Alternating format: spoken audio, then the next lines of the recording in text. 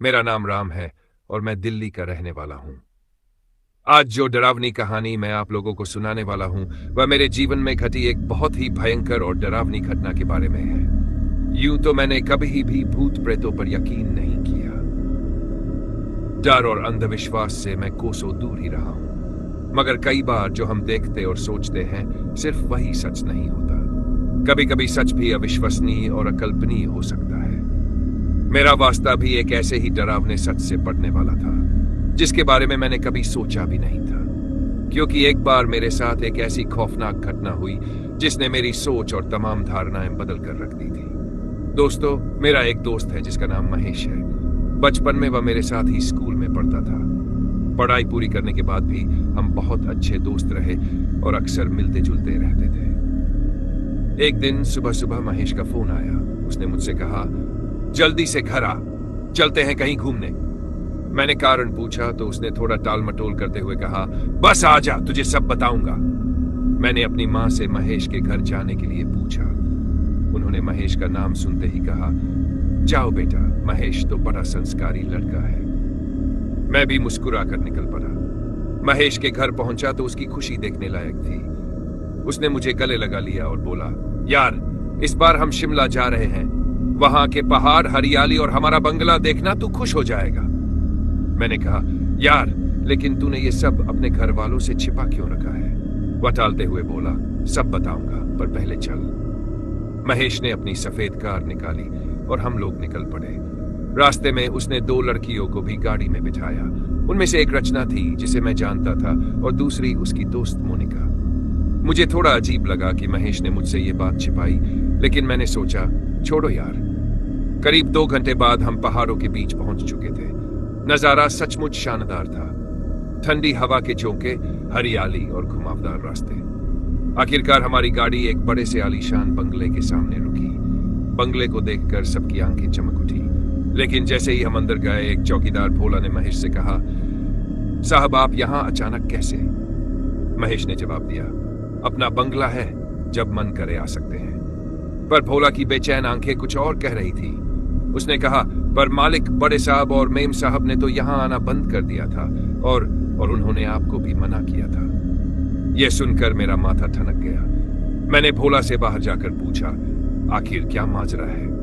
बड़े साहब यहां आने से क्यों डरते हैं? डरते हुए बताया, साहब, कई साल पहले बड़े साहब और उनकी पत्नी यहां आए थे, लेकिन रात को अजीब अजीब डरावनी आवाजें आने लगी।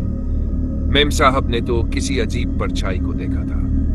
यह सुनकर मैं सन्न रह गया, लेकिन इससे पहले कि मैं और कुछ पूछता, महेश मुझे अंदर बुलाने आ गया। उसने कहा, यार, छोड़ इन बातों को, चल, सब मस्त हैं और मोनिका तो जुला रही है। रात का समय हो चुका था।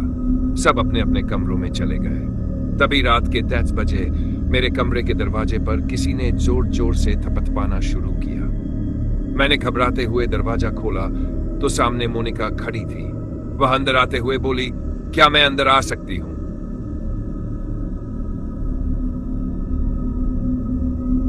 मोनिका का चेहरा कुछ घबराया हुआ लग रहा था। मैंने कहा, अरे इतनी रात गए, तुम यहां क्यों? उसने चारों ओर देखा और धीमे स्वर में बोली, मुझे डर लग रहा है। कमरे में अजीब सी आवाजें आ रही थी और खिड़की के बाहर किसी को देखने जैसा महसूस हुआ। यह सुनकर मैं थोड़ा सतर्क हो गया। मैंने कहा, तुम पागल हो क्या? इतनी ठंडी और ऊंचाई वाली जगह पर हवा की आवाज को शायद तुम गलत समझ रही हो। मोनिका ने मेरी बात काटते हुए कहा, नहीं राम, मैंने सच में किसी को खिड़की के पास देखा। वो इंसान जैसा नहीं था। उसकी बात ने मेरे अंदर भी एक हल्की घबराहट भर दी। मैंने तुरंत बाहर झांक कर देखा, लेकिन खिड़की के पार सिर्फ गहरा अंधेरा और पहाड़ों की धुंध दिखाई दे रही थी। मैंने उसे शांत करते हुए कहा, ठीक है, तुम यहीं बैठो, मैं जाकर महेश को बुलाता हूं।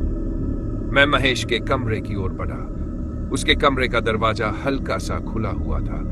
मैंने धीरे से अंदर झांका तो देखा कि महेश आराम से बिस्तर पर लेटा हुआ था। मैंने कहा, यार, मोनिका डर गई है, तुम उसे समझाओ। महेश ने हंसते हुए कहा, यार, तुम सब लोग फालतू में डर रहे हो। मैंने तुमसे पहले ही कहा था कि यह सब मन का वहम है। इस बंगले में ऐसा कुछ नहीं है। मैंने गुस्से में कहा, अगर ऐसा है तो भोला ने हमें वो सारी बातें क्यों बताई? और मोनिका ने जो देखा उसका क्या?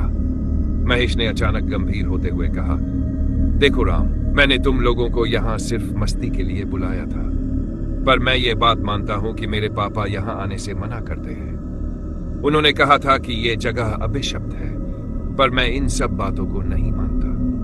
मैंने मोनिका को वापस कमरे में भेजा और खुद खिड़की के पास बैठ गया। रात के लगभग 2 बज रहे थे। चारों ओर सन्नाटा था। तभी अचानक बंगले के बाहर से किसी के चीखने की आवाज आई। मैंने झट से खिड़की के बाहर देखा। बंगले के बगीचे में कोई काली परछाई इधर उधर भागती नजर आई। मेरे हाथ पांव ठंडे पड़ गए। मैंने सोचा, ये क्या था? क्या वाकई यहां कुछ अनहोनी है? मैंने तुरंत महेश को उठाया। वो झुंझलाते हुए बोला, अब क्या हुआ? मैंने कहा, यार मैंने बाहर कुछ देखा है, चल नीचे चलते हैं, मोनिका और रचना को भी देख ले। महेश ने मोनिका और रचना को उठाया और हम चारों नीचे की ओर चल पड़े। जब हम हॉल में पहुंचे तो वहां का नजारा अजीब सा था। एक खिड़की खुली हुई थी और हवा से पर्दे फड़फड़ा रहे थे। हॉल के बीच में रखी मेज पर किसी ने कोई अजीब सी आकृति खींच रखी थी, जैसे किसी पुराने तंत्र मंत्र का हिस्सा हो। मोनिका ने डरते हुए कहा, यह सब क्या हो रहा है? हमें यहां नहीं रुकना चाहिए। महेश ने हिम्मत जुटाते हुए कहा, शांत रहो, मैं सब संभाल लूंगा। तभी अचानक बंगले की सभी बत्तियां बुझ गई और चारों ओर अंधेरा छा गया। रचना चीख पड़ी, कोई है यहां। अब माहौल पूरी तरह डरावना हो चुका था। हर कोई अपने कमरे में सुरक्षित रहने के बजाय रहस्य को समझने की कोशिश कर रहा था। चारों ओर घना अंधेरा था। हवा की सरसराहट और खिड़कियों के टूटे हुए कांच की हल्की खनक से माहौल और भी डरावना लगने लगा। मोनिका ने थरथराते हुए कहा, यहां से चलो प्लीज, मुझे यहां बिल्कुल भी अच्छा महसूस नहीं हो रहा। महेश ने उसे चुप कराते हुए कहा, तुम सब फालतू में डर रहे हो, ऐसा कुछ नहीं है, बस बिजली गई है, मैं जाकर जनरेटर चालू करता हूं। लेकिन तभी हमने एक अजीब सी आवाज सुनी, जैसे किसी ने फर्श पर भारी चीज घसीट दी हो। यह आवाज बगल वाले कमरे से आ रही थी। मैं और महेश तुरंत उधर भागे। कमरे का दरवाजा आधा खुला था। अंदर झांकते ही हमारी सांसें अटक गई। कमरे के बीचों बीच एक कुर्सी पड़ी हुई थी और उस पर एक घने काले बालों वाली आकृति बैठी थी। उसकी पीठ हमारी ओर थी। हमने पास जाने की हिम्मत जुटाई। महेश ने कांपते हाथों से उसे छूने की कोशिश की, लेकिन जैसे ही उसने उसके कंधे पर हाथ रखा, वो आकृति अचानक गायब हो गई। कमरे में सिर्फ कुर्सी पड़ी रह गई और वो डरावनी ठंडी हवा। हम सब अब पूरी तरह से सहमे हुए थे। महेश ने कहा, अब मुझे यकीन हो गया है कि पापा सही कहते थे, इस बंगले में कुछ गड़बड़ है, लेकिन हमें यह भी पता करना होगा कि आखिर ये सब हो क्यों रहा है।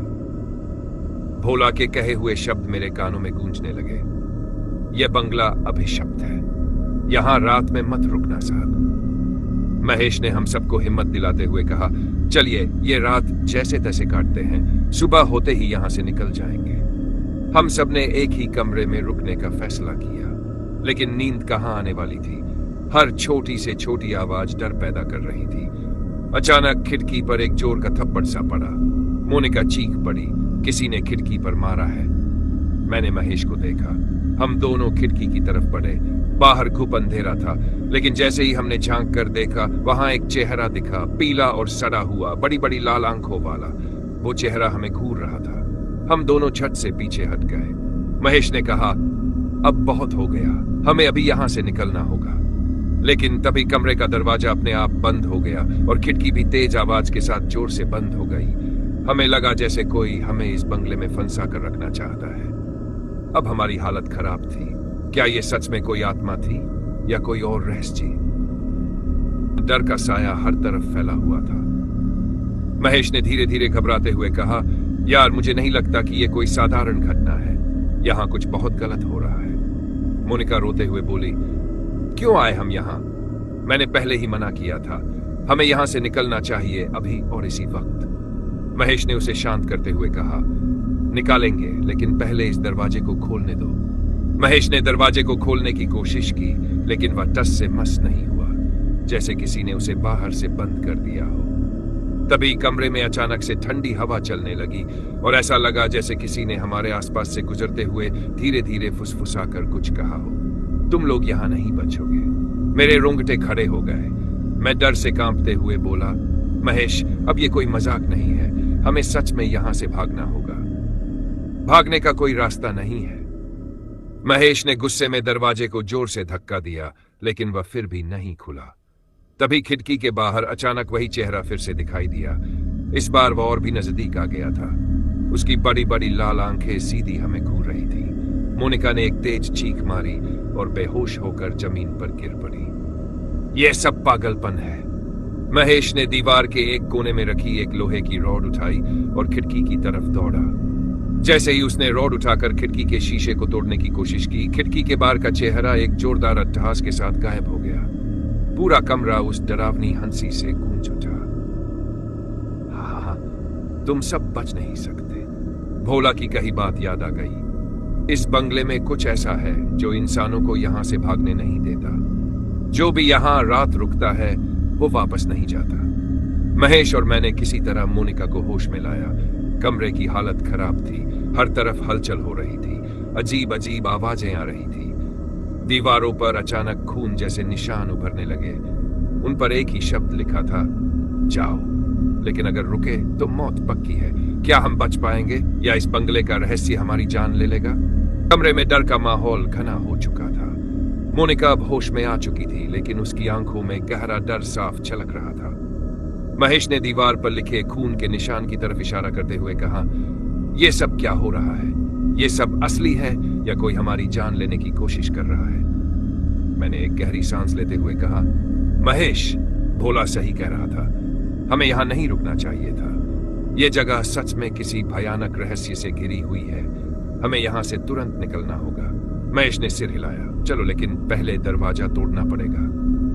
हम तीनों ने मिलकर दरवाजे को धक्का देना शुरू किया, लेकिन ऐसा लगा जैसे किसी अदृश्य ताकत ने उसे पकड़ रखा हो। तभी अचानक कमरे की सारी लाइटें बुझ गई और कमरे में पूरी तरह से अंधेरा छा गया। ठंडी हवा के झोंकों के बीच किसी के कदमों की आवाज गूंजने लगी। मोनिका ने कांपते हुए कहा, वो कोई है, कोई हमारे पास आ रहा है।